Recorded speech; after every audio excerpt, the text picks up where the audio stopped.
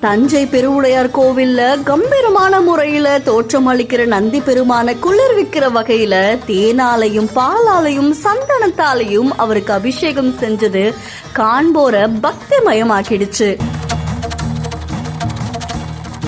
பிரதோஷத்தை முன்னிட்டு தஞ்சை பெரிய கோவில இருக்கிற மகாநந்தியம் பெருமானுக்கு மாசந்தோறும் பிரதோஷ வழிபாடு மிக சிறப்பா நடக்குமா.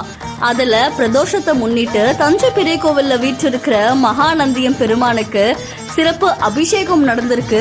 அதுலயும் பக்தர்களால வழங்கப்பட்ட திராவிய பொடி, அரிசி, மாவு பொடி, மஞ்சள், தேன், பால், தயிர், பழ வகைகள்னு இந்த மாதிரி பல பொருட்களை வச்சு அபிஷேகம் நடந்திருக்கு. சிறப்பான முறையில அபிஷேகம் செய்யப்பட்டு நந்தி பெருமான் கம்பீரமான தோற்றத்துல அலங்காரம் செய்யப்பட்டு அவருக்கு மகா தீபார்த்தனை காட்டப்பட்டது. இந்த வழிபாட பாக்குறதுக்கு தஞ்சை பெருவுடையார் கோவில்ல ஏராளமான பொதுமக்கள் சூழ்ந்திருந்தாங்க. அப்போ நந்தியம் பெருமான அலங்கரிக்கப்பட்டு அந்த காட்சியை பாக்குறதுக்கு பக்திமயமா இருந்துச்சு அப்படின்னு பலரும் தெரிவிச்சிருக்காங்க.